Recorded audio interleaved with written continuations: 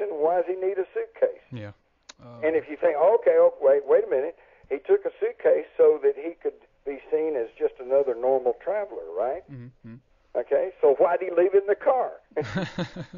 I mean, it's just, to me, so obvious that that's just planted evidence. Yeah, indeed. It's one thing I did want to kind of get in here also, ask you about this. Of course, Rosie O'Donnell over there is creating a lot of noise about this. Do you think that she'll be able to bring some new people to the 9/11 field? Have you heard about this? Oh yes, and I hold her in high esteem. Although keep in mind, all she's done is just raise some pertinent questions. Indeed. And yet, in the land of the home of the brave and the land of the free, she's being pilloried just for raising questions. Yeah.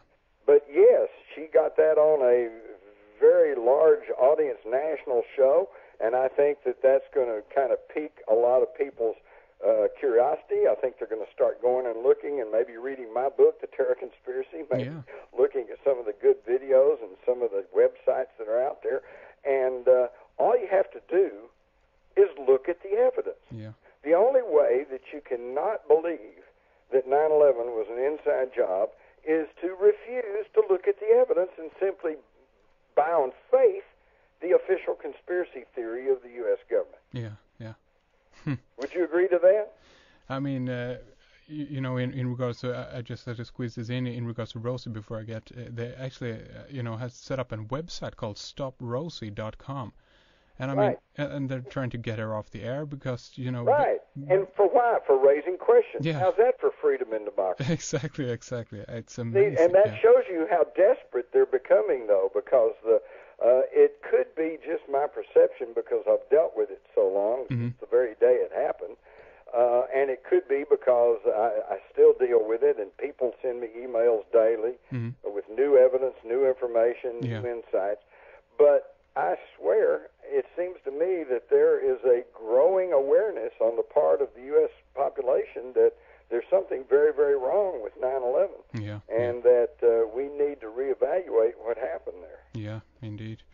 And again, most of the rest of the world, especially in Europe, you guys seem to have a better handle on it than we do.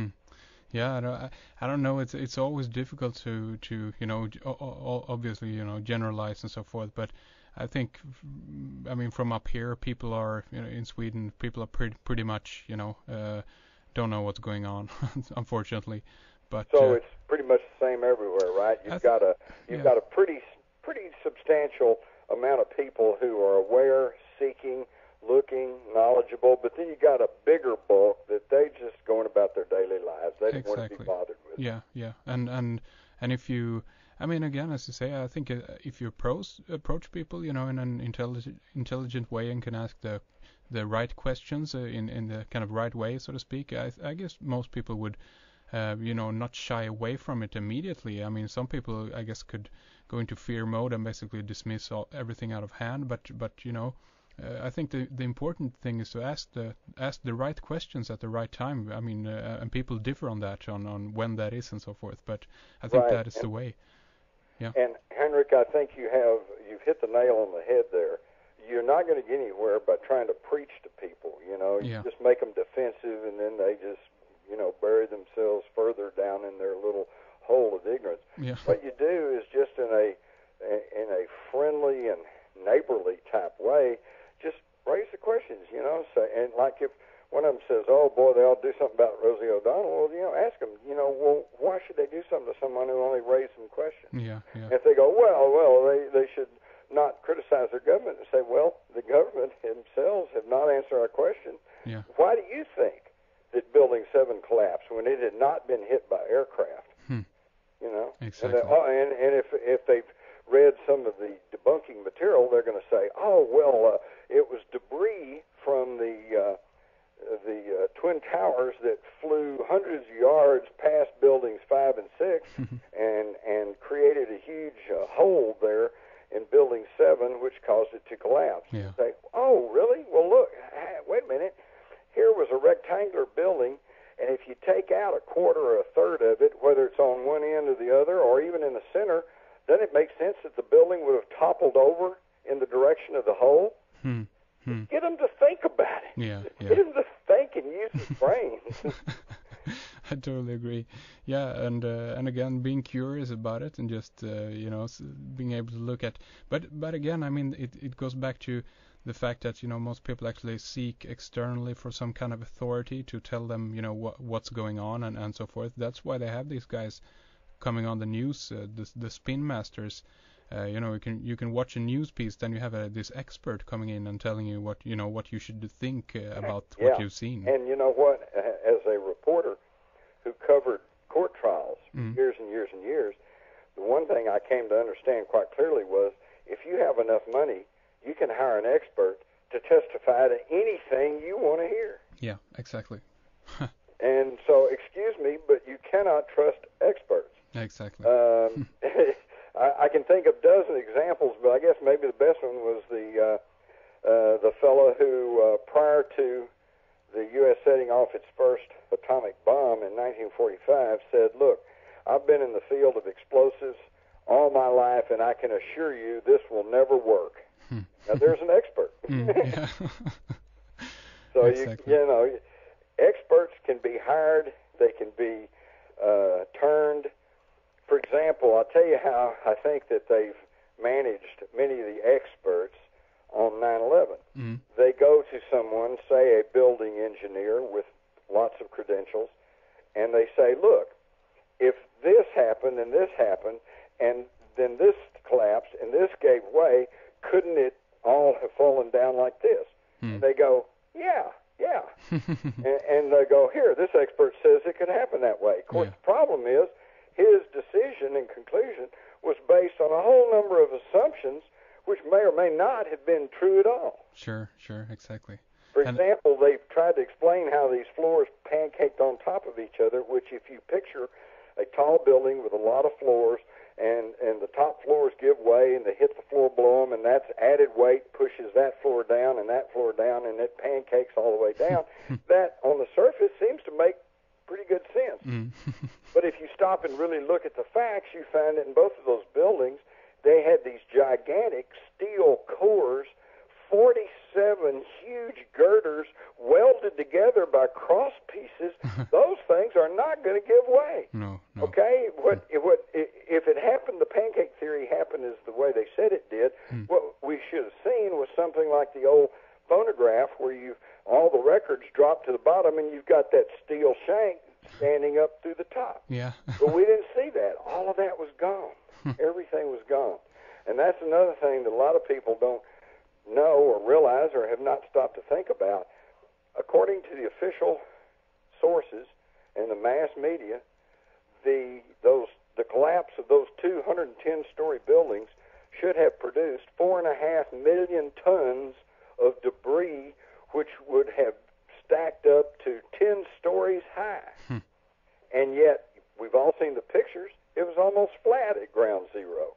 There was not enough debris to go up to perhaps 2 stories, if at that much, and then by their own accounts, they only hauled away 1.5 million tons of debris. Yeah. Well, that's a lot of debris, but it's not 4.5 tons of debris. So what happened to the other 3 tons of debris? Yeah, indeed. And one fascinating aspect of all of this is, of course, the incredible heat that was, reportedly, under the buildings. Yeah, they found molted steel 6 weeks after the event. Down underground, it was still molted. In fact, the ground was so hot it was melting the rubber boots of the construction workers. Yeah. Now, what could have caused that? Not jet fuel, which is just slightly refined kerosene, and it certainly wouldn't have lasted that long. I think what we're seeing here is the telltale signs of some sort of exotic explosives, perhaps even nuclear. Exactly. That's and that could account for the fact that the whole steel cores were just disintegrating. Yeah, exactly. So it could also account for the fact that in every other building in history, stone, concrete, steel-reinforced building that may have collapsed due to earthquake, none of them have ever collapsed due to fire. No. But there have been some buildings that have collapsed due to earthquake. But if you go on the internet and look at the pictures, you'll find that they all topple over to one side or the other, Yeah. and they're all, for all practical purposes, still there. They just fell over. Yeah. In the World Trade Center, you had all this concrete that just turned to powdery dust and covered everything. Yeah. It was just totally disintegrated. Now, what could do that? Not jet fuel, No. not just a collapsing building. No. And by the way, I have a big coffee table type book that was done by a professional photographer who went and shot pictures all around the World Trade Center. And on page 201, he's got this fascinating picture of a parking meter that's just orange and black and melted and charred, and it's bent over it. And the cut line says, "I often wondered as I walked along Barclay Street what it was that did this to the parking meters. There were at least 8 of them, all leaning over the sidewalk at a 30-degree angle, their bodies charred and their plastic faces melted away." Now, this is hundreds of yards from the World Trade Center. So, again, when you somebody says, "Oh, well, it's just conspiracy theories," well, just ask them in a polite way. Yeah. What could have bent parking meters and charred them hundreds of feet away from the World Trade Center if it was just a fire and the building just collapsed? Yeah. Huh. This is just more evidence of an explosion. Indeed, amazing. Yeah, amazing stuff. You know, Jim, I think that would be an excellent place to kind of round off this segment, and we'll continue in the subscriber section. But before we do that, I want to give you an opportunity to mention your books you got out there and your most recent one, obviously. Right. Well, I'm starting to get lots of emails from people going, "Wow, did you know war game exercises were taking place? Did you know that they had insured those buildings against a terrorist attack? Did you know about the short selling of stock?" And I just kind of want to wring my hands because all of that is in my book, The Terror Conspiracy, most of which was written in 2002, just immediately following 9/11. But it got suppressed. And it's taken me this long to get it all back together and out into the public, but it's there now. So if you want the details, and if you want the sources, there's 31 pages of sources. If you want the straight information and all of the information that puts 9/11 into a comprehensible overview, then by all means get my book, The Terror Conspiracy. Terror Conspiracy, Deception, 9/11, and the Loss of Liberty. Indeed, and of course you have also Rule by Secrecy and Alien Agenda. And are all those available on jimmars.com? Right, right. jimmars.com. Visit the website, or you can get all of these books at any bookstore. Excellent. They don't have it on the shelf, they can order it pretty quick. Excellent. Okay, Jim, so for this segment, thank you very much, and we will continue in the subscriber section. Thank you.